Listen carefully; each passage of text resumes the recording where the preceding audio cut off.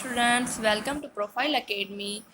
कैसे हैं आप सब। जैसा कि हमने अपने एक्सरसाइज 7.2 स्टार्ट कर दी है, उसके कुछ सवाल एक और दो हमने कल किए थे।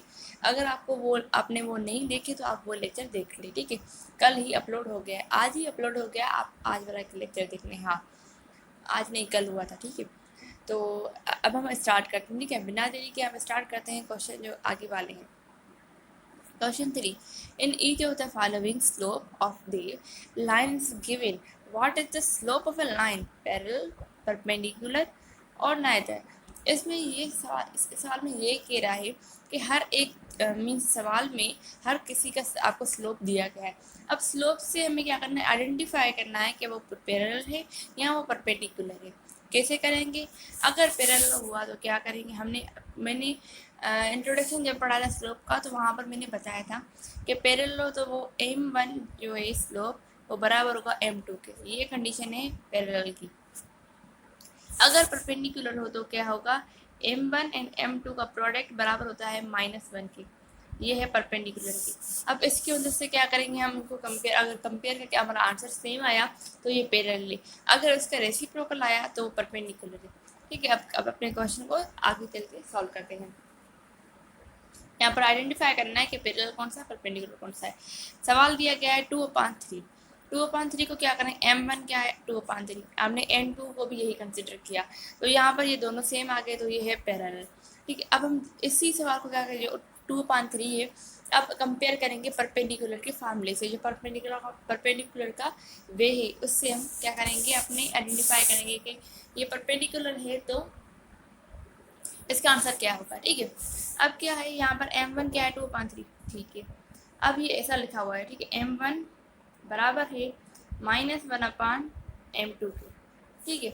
अब m2 तो हमें पता है क्या है 2/3, इसको क्या करेंगे, यहाँ पर है -1 एंड देन 2/3, ये ऊपर आ जाएगा और ये माइनस है और देन हाँ ठीक है, माइनस तो यही होगी, माइनस का कुछ नहीं करेंगे हम, एंड देन 3 ऊपर आ जाएगा 3/2 -3/2।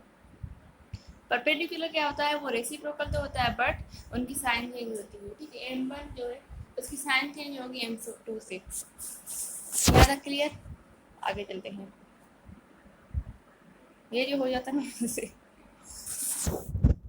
पार्ट टू में भी यही कहना है। पार्ट टू का जो क्वेश्चन दिया गया है वो है -7/2।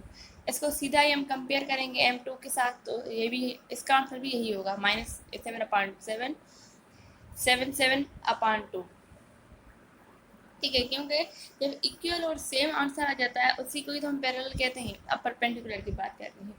परपेंडिकुलर किसके बराबर होगा, परपेंडिकुलर ऐसा होता है ना, मैं आपको ये स्टेटमेंट पर समझा दूँ। प्रोडक्ट बराबर होगा -1 के। अब ये m2 ये इधर जाएगा, m1 बराबर होगा -1/m2 के। मैंने यही इक्वेशन बना के अपने फार्मूला बना के रखा है, यहाँ पर ही वैल्यू पुट कर रही हूँ। m1 किसके बराबर है, -7/2 इक्वल्स टू -1 फार्मूले का, एंड देन उसे m2 की वैल्यू है -7/2। 2 जो है वो ऊपर आ जाएगा एंड देन ये माइनस और ये माइनस कैंसिल हो जाएगा, तो यहाँ पर क्या होगा, -7/2 बराबर होगा 2.7। ये है परपेंडिकुलर का फार्मूला। अगर ये फार्मूला सेम हो जाता तो ये क्या होगा, पैरेलल का फार्मूला। ये पार्ट 2 भी यहाँ पर हो गया। अब हम चलते हैं आगे, पार्ट ये सारे सवाल सिंपल है इसलिए मैं जल्दी जल्दी बता के जा रही हूँ। आप सर जल्दी अपने ये एक्सरसाइज 7.2 में कंप्लीट करनी है, ठीक है। तो जल्दी जल्दी आप भी करके जाएं। अगर कोई कन्फ्यूजन है तो वहाँ पर वीडियो को पॉज करके खुद करना सीखें। अगर कोई भी कन्फ्यूजन है तो वीडियो को बार बार ब्रेक करके एंड देन वहाँ पर देखें कि कोई आपको कौन सी कन्फ्यूजन हो रही है, आपने क्या सही नहीं सुना, ठीक है। आप प्रैक्टिस के, अगर आप अभी इतने का समझ में नहीं आया तो आप पार्ट 3 देखें। अब part 1 in part 2 part 3 part 4 ये सारे ही सेम है, इनके सारे के स्टेप ही सेम है, ठीक है। पैरेलल के लिए क्या करना है हमें, m2 = m1, आंसर वही आएगा -1 = -1। For perpendicular m1 = -1/m2, m2 की वैल्यू क्या है -1 और देन ये -1 क्या होगा 1। तो यहाँ पर ये है परपेंडिकुलर के लिए कि -1 = 1। ये हमारा पार्ट 3 है। अब पार्ट 4 की बात करते हैं, ठीक है। 4 दिया गया m1 = m2, 4 = 4। अब परपेंडिकुलर की बात करें, m1 = -1/m2 1/m2, 4 equals to -1/4। ये आ गया आंसर आपका। ये यहाँ तक हमारा क्वेश्चन जो 3 है वो होता है कंप्लीट। अब हम चलते हैं अपने क्वेश्चन 4 की तरफ। इन सारों का क्या पार्ट दिए गए हैं कि पार्ट की तरह हमें सॉल्व करना है। पार्ट की तरह सॉल्व करना है तो अब थोड़ा बहुत तो टाइम लगेगा, ठीक है। और मैं खुद ही वीडियोस इतनी शॉर्ट बनाती हूँ जिससे कि आपको देखने में बोरियत ना हो, जल्दी जल्दी आप अपनी वीडियोस को अपना जो आपका जो काम है वो देखें, ठीक है। और वीडियो को ज़्यादा लेंथी भी नहीं करती। क्वेश्चन 4 क्या कह रहा है, are the lines L1 L2 passing through the given pairs of a point parallel perpendicular और नाइदर। इसमें भी यही, उसमें क्या था, उसमें हमें स्लोप दिया गया था, स्लोप दिया। अब उस स्लोप की क्या करना था, हमें जो पैरेलल की इक्वेशन है उससे कंपेयर करना था और परपेंडिकुलर की इक्वेशन से कंपेयर करके हमें आंसर निकालना था। यहाँ पर क्या है, L1 L2 दिए गए हैं। अब इससे ही क्या करेंगे हम, अब जैसे कि ये देखिए L1 और L, ठीक है, ये क्या हो गया, ठीक है। ये देखें यहाँ पर L1 की वैल्यू दी गई है 1,2 3,1। अब यही वैल्यू हम पुट करेंगे अपने फार्मूले में। कौन सा फार्मूला, स्लोप फार्मूला। उधर से हम स्लोप फाइंड करेंगे, वो स्लोप 1 मिल गया।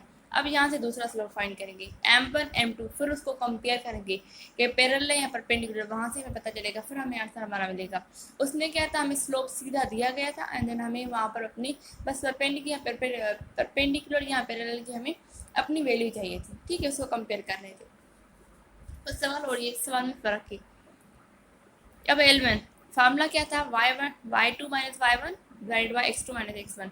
यहाँ पर मैंने आपकी हेल्प के लिए ये फार्मूला लिखा दिया, y2 1 minus 2 divide by x2 minus x1 3 minus 1, ठीक है। अब यहाँ पर 1 माइनस 2 क्या होगा, -1 equals two divided by 3 minus 1 क्या होगा 2।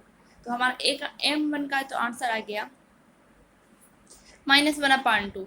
अब M2 की वैल्यू है, यहाँ पर ये वैल्यू हम यूज़ करेंगे।